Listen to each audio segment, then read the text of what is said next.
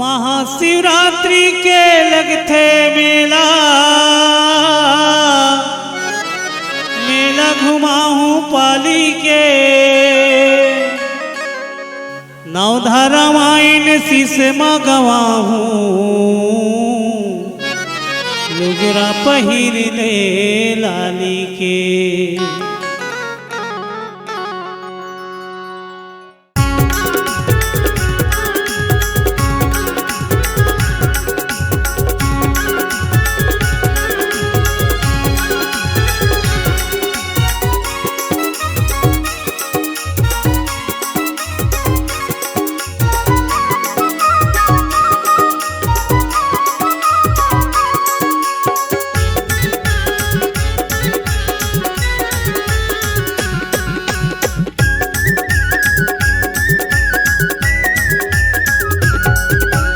पाली के मेला ले जाऊँ तोला, लौहा तैयार हो जाबे गोला।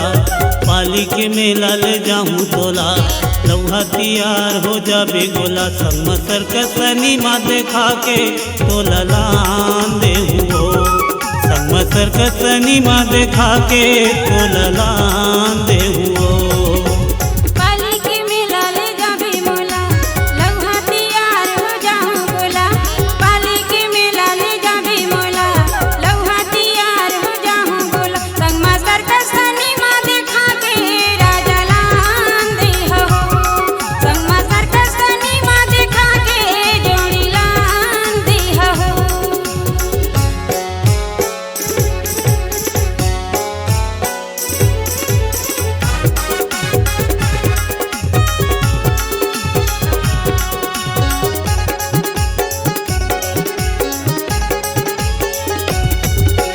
जय मसीरात के सिरजे मंदिर, दर्शन तोला कराहूँ वो, दर्शन तोला कराहूँ।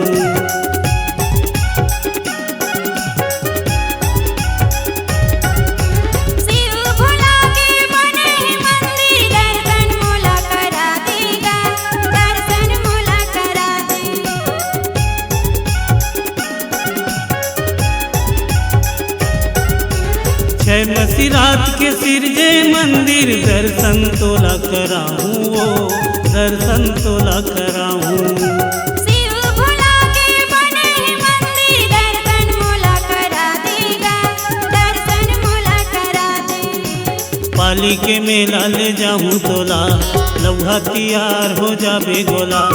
पाली के मेला ले जाऊँ तोला, लौहा तैयार हो जाबे गोला। संग सर्कस सिनेमा देखा के तोला लान दे हुओ, संग सर्कस सिनेमा देखा के तोला लान दे हुओ।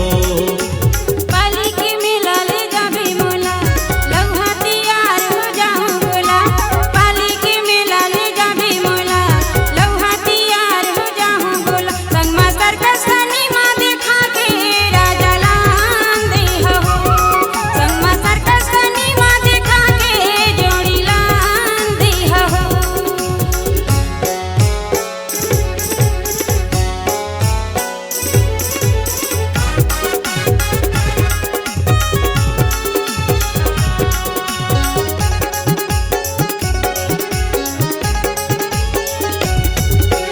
नवकोनिया तरिया के महिमा तोला बताहूँ, मेला में ढेलवा झुलाहूँ।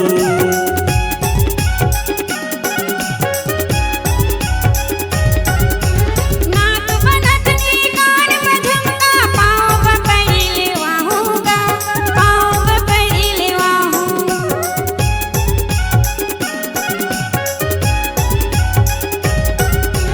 नवकोनिया तरिया के महिमा तोला बताहूँ, मेला में ढेलवा झुलाहूँ। नाक बनत नी कान में झुमका, पाँव पे पहले वाहूँगा, पाँव पे पहले वाहूँ। पाली के मेला ले जाऊँ तोला, लौहा तैयार हो जाबे गोला। पाली के मेला ले जाऊँ तोला, लौहा तैयार हो जाबे गोला। संग सर्कस सिनेमा देखा के तोला लान दे हुओ, संग सर्कस सिनेमा देखा के तोला लान दे हुओ। पाली के मेला ले जाबे मोला,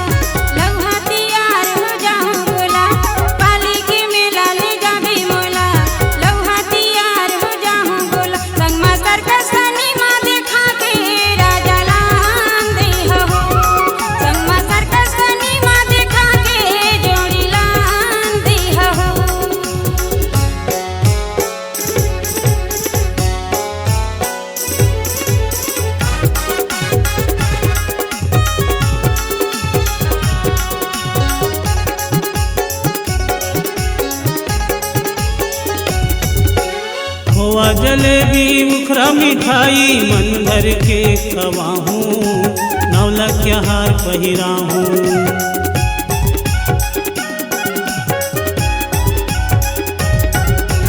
चातुर्गढ़हीन महामाया के दर्शन मोला करा देगा, शंकर गुलाल जावे।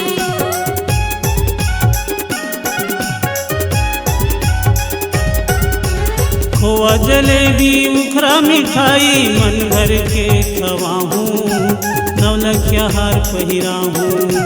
चातुर्गढ़हीन महामाया के दर्शन मोला करा देगा, शंकर गुलाल जावे। पाली के मेला ले जाऊँ तोला, लौहा तियार हो जाबे गोला।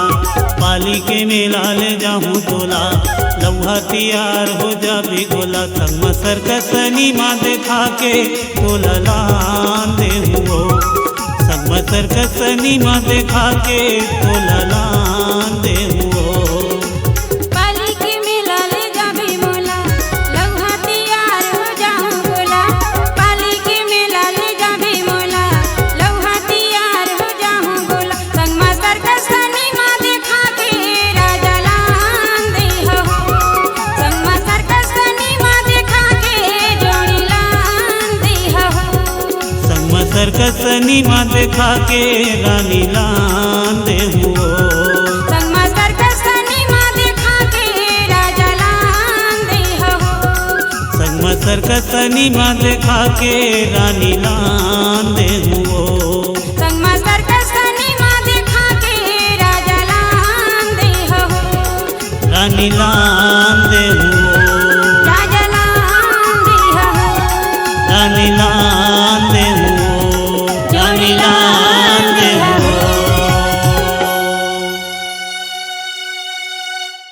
बनाइए अपनी एक खास पहचान, अपनी आवाज को दीजिए एक नया आयाम। तो याद रखिए एक ही नाम, Upasana studio. Upasana studio digital multitrack audio video recording, Bijju sound service Pali, जिला कोरबा, छत्तीसगढ़। Mobile number 9340823283।